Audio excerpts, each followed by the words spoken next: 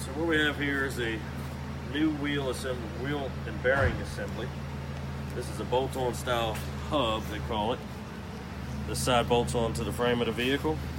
The wheel goes on this side. There's a hole in the center that allows your front drive axle to go through from the front differential. This side rotates. This side is stationary. There's an ABS sensor inside that will read your vehicle speed as you're going down the road. On this vehicle here, we have a bad wheel assembly, or hub assembly. The only thing holding this wheel on is the axle. So if the axle were to break, wheel comes off, and that could be catastrophic.